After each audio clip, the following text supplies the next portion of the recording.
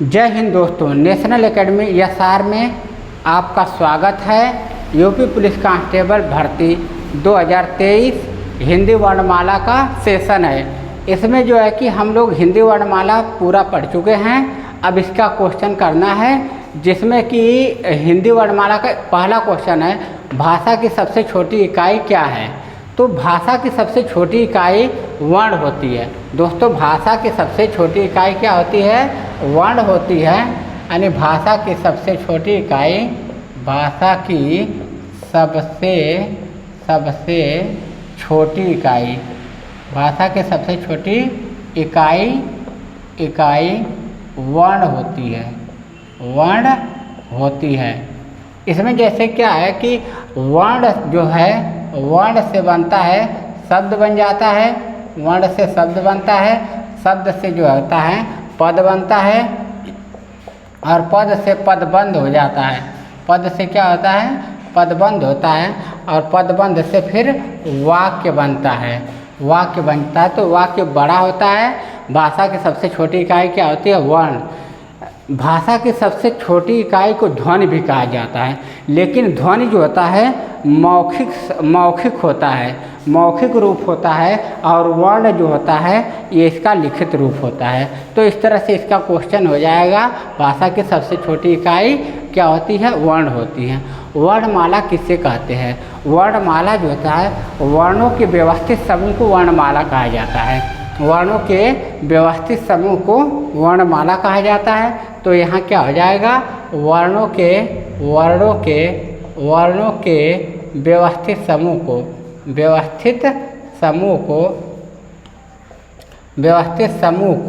वर्णमाला कहते हैं। व्यवस्थित समूह को वर्णमाला कहते हैं, वर्णमाला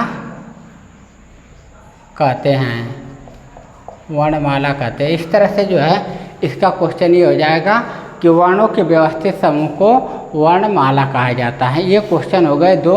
तीसरा क्वेश्चन क्या है? कंठ ध्वनियाँ कौन सी है? तो कंठ ध्वनियाँ कौन सी होती हैं?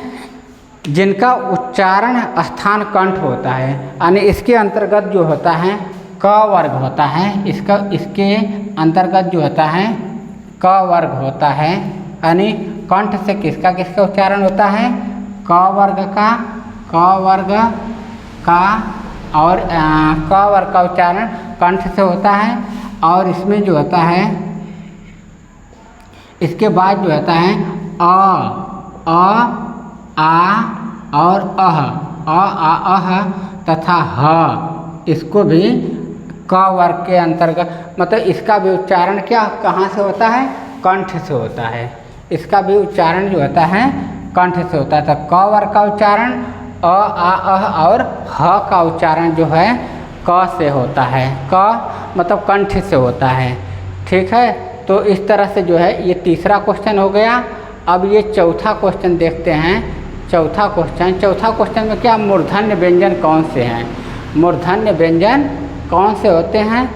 तो जिन व्यंजन का उच्चारण मूर्धा से होता है उसे मूर्धन्य व्यंजन कहा जाता है। जिन व्यंजन का उच्चारण मूर्धा से होता है उसे मूर्धन्य व्यंजन कहा जाता है। जैसे ट वर्ग का उच्चारण मूर्धा से होता है, और इसके अंतर्गत इसके अलावा क्या आता है? स का भी उच्चारण मूर्धा से होता है, इसीलिए इसे मूर्धन्य स बोला जाता है। और एक होता है री का भी उच्चारण मूर्धा से होता है, तो इसको मूर्धन्य व्यंजन कहा जाता है। इस तरह से चौथा क्वेश्चन हो गया। पांचवा क्वेश्चन जो है, अल्प प्राण वर्ण कौन से है? अल्प प्राण वर्ण कौन से है? प्राण का अर्थ होता है हवा। प्राण का अर्थ होता है हवा, यानी कि जिस व्यंजन या जिस वर्ण के उच्चारण में मुख से कम हवा निकलती हो उसे अल्प प्राण कहा जाता है। जिस व्यंजन के उच्चारण में मुख से कम हवा निकलती है उसे अल्प प्राण व्यंजन कहा जाता है, या अल्प प्राण वर्ण कहा जाता है। इसके अंतर्गत आता है जो हर वर्ग का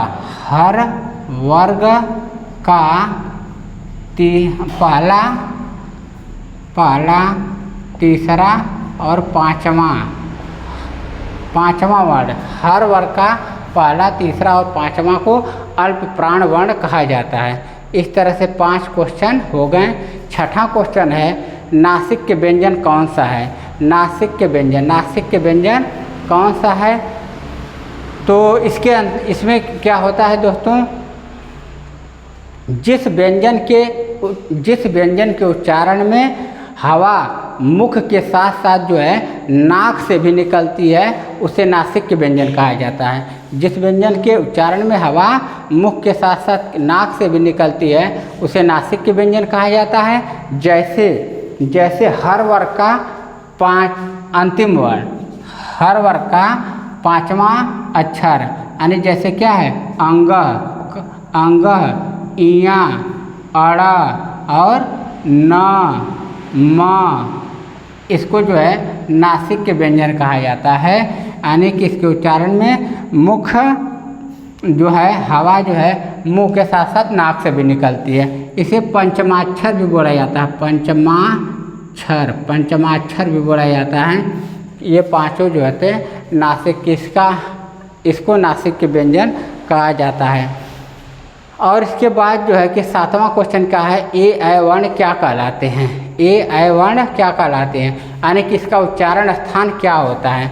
तो ए ऐ का उच्चारण स्थान ए और ऐ, ए ऐ का उच्चारण स्थान क्या होता है, कंठ प्लस तालु, यानी कि इसको कंठ तालव्य वर्ण कहा जाता है। अयोग वाह वर्ण कौन सा है। 8वां क्वेश्चन क्या है, अयोग वाह वर्ण कौन सा है। इसमें जो होता है ये न तो स्वर होते हैं न व्यंजन। ये जब न स्वर होते हैं न व्यंजन तो इसको अयोग वाह वर्ण बोला जाता है। इसके अंतर्गत क्या क्या आते हैं, इसके अंतर्गत क्या होते हैं अयोग वाह वर्ण में, जैसे कि अनुस्वार और विसर्ग आते हैं अयोग वाह में। जैसे अंक हो जाएगा और अह, अंक और अह, ये अंक मंत्रा अंक ऐसे चिन्ह होता है और विसर्ग का ऐसे होता है। तो इस तरह से जो है कि इसको अयोग वाह वर्ण बोला जाता है। ये हो गया 8वां क्वेश्चन। 9वां क्वेश्चन है द्वित व्यंजन किसे कहते हैं। द्वित व्यंजन जिस व्यंजन में एक आधा और एक पूरा होता है उसे द्वित व्यंजन कहा जाता है। यानी एक आधा वर्ण और एक पूर्ण वर्ण का प्रयोग होता है उसे द्वित व्यंजन कहा जाता है। जैसे कि दिल्ली में क्या होता है, आधा ल और पूरा ल, यानी यहाँ प्रयोग हो रहा है, तो ये इसको द्वित व्यंजन कहा जाता है। इसके बाद जो 11वां क्वेश्चन हम लोग देखेंगे, इसमें क्या है, नवीन विकसित ध्वनियाँ कौन सी हैं। नवीन विकसित ध्वनि किसको बोला जाता है, नवीन विकसित ध्वनि। तो जिस ध्वनि, नवीन विकसित ध्वनियाँ किसको कहते हैं, जैसे जितने नुक्ता वाले होते हैं, जिस व्यंजन के नीचे नुक्ता लगा होता है, जैसे क, ग, ज और फ, यहाँ नीचे जब नुक्ता लगा होता है तो इसे नवीन ध्वनियाँ या आगत ध्वनि आगत ध्वनियाँ कहते हैं। आगत ध्वनि तथा इसे अरबी फारसी ध्वनि भी बोला जाता है। इसे अरबी फारसी ध्वनि भी बोला जाता है।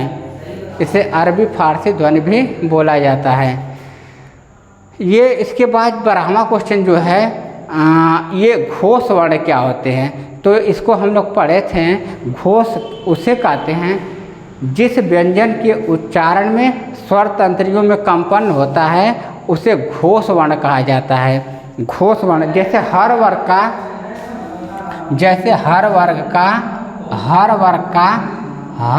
का जो है तीसरा, चौथा और पांचवा व्यंजन, हर वर्ग का तीसरा, चौथा और पांचवा व्यंजन को जो है कि घोष वर्ण कहा जाता है।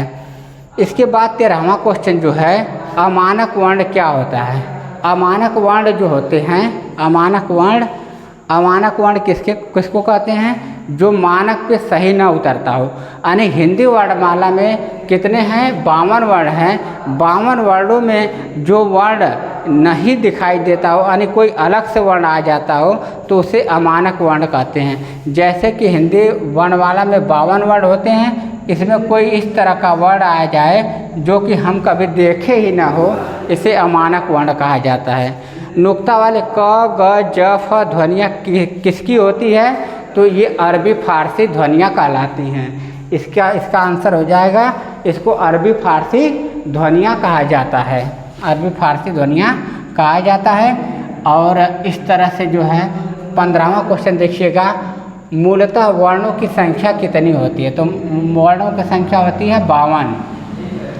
वर्णों की संख्या कितनी होती है, 52 होती है।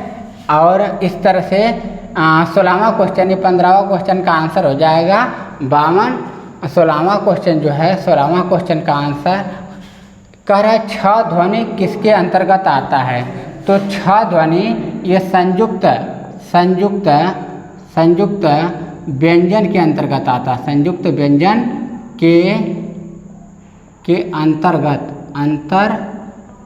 संयुक्त व्यंजन के अंतर्गत आता है, संयुक्त व्यंजन के अंतर्गत आता है। छ यानी कि इसमें क्या होता है, छ में जो होता है क प्लस स मिलके छ का निर्माण करते हैं। यानी कि इसमें क और स जुड़ा हुआ है, इसलिए इसको संयुक्त व्यंजन कहेंगे। छ का क्रम किस वर्ण के बाद आता है।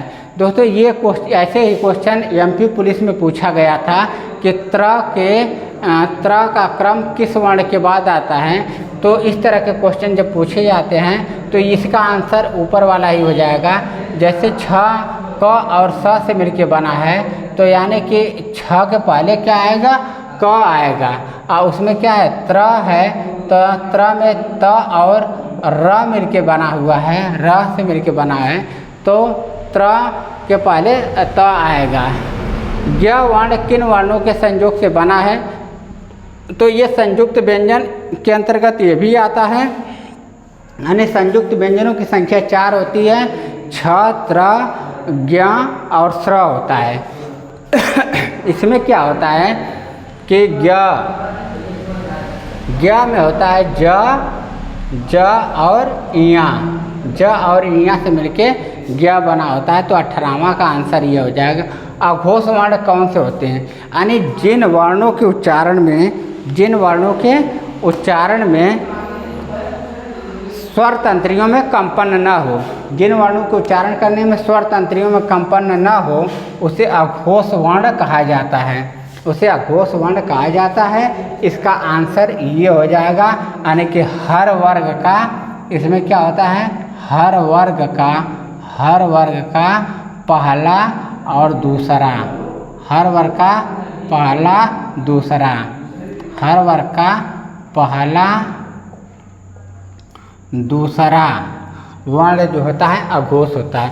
घ का उच्चारण स्थान कौन सा है, यानी घ क वर्ग के अंतर्गत आता है। दोस्तों घ जो है क वर्ग के अंतर्गत आता है, तो इसका जो है क वर्ग के अंतर्गत ये आता है घ, यानी इसका उच्चारण स्थान क्या हो जाएगा, कंठ हो जाएगा, इसका उच्चारण स्थान कंठ हो जाएगा। संयुक्त व्यंजन क्या है, ये संयुक्त व्यंजन तो ये हम लोग देख चुके हैं। संयुक्त व्यंजनों की संख्या 4 होती है। जैसे छ में क्या होता है, क और स मिलके छ बनता है। और इसके बाद त्र होता है, त्र में क्या होता है, त और र। इसके बाद क्या है, ज्ञ होता है, ज्ञ में क्या होता है, ज होता है, ज और प्लस इया और एक स्र होता है, स्र में क्या होता है, स और प्लस र। ये होते हैं संयुक्त व्यंजन होते हैं। इस तरह से इसका आंसर क्या हो जाएगा, 21वें क्वेश्चन का आंसर ये हो जाएगा छ, त्र, ज्ञ और स्र। दंत वर्ण कौन से होते हैं, जिनके उच्चारण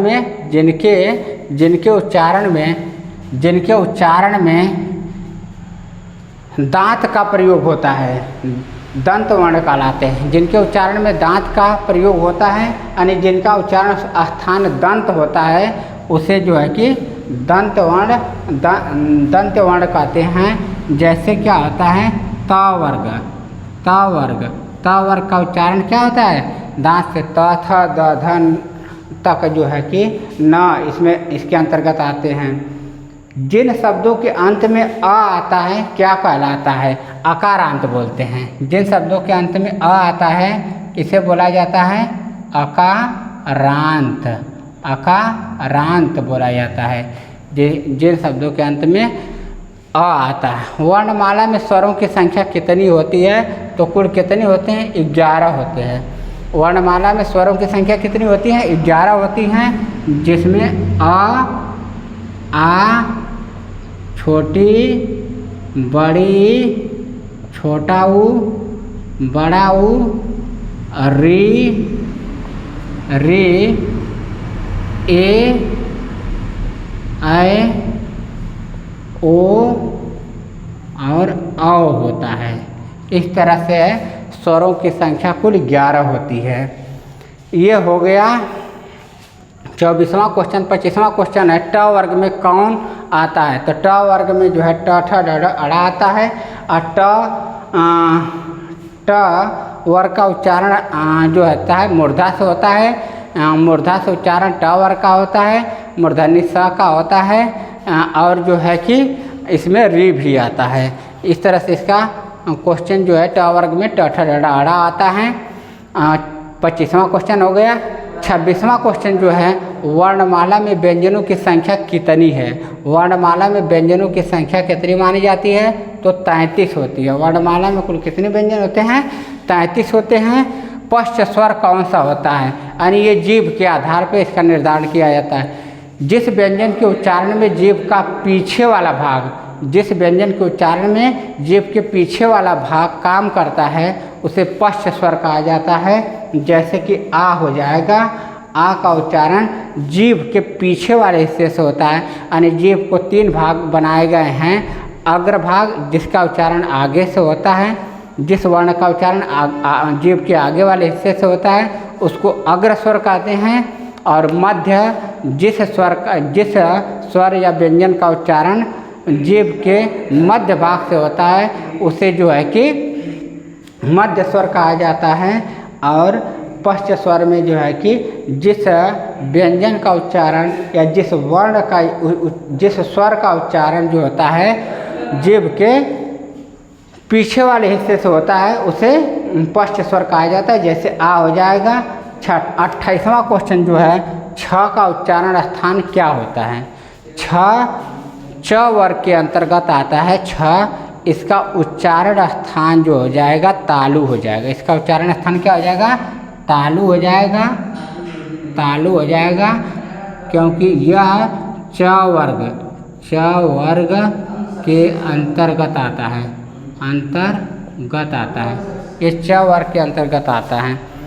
29 का य र ल व किस वर्ग के व्यंजन है। य र ल व किस वर्ग के व्यंजन है। इसको अंतस्थ व्यंजन कहा जाता है। य र ल व को अंतस्थ व्यंजन कहा जाता है यानी इनकी संख्या होती है 4। अंतस्थ व्यंजनों की संख्या 4 होती है। और इस तरह से जो है ये 29 क्वेश्चन वर्णमाला के हम जो बहुत इम्पॉर्टेंट क्वेश्चन है जिसको हम लोग देख लिए हैं। अब आगे का जो कुछ क्वेश्चन है उसको आगे के वीडियो में देखा जाएगा। ये कैसा लगा वीडियो, कैसा ये क्लास लगा दोस्तों बताइएगा। अगर अच्छा लगा हो तो लाइक करिए, सब्सक्राइब करिए तथा शेयर करिए। धन्यवाद।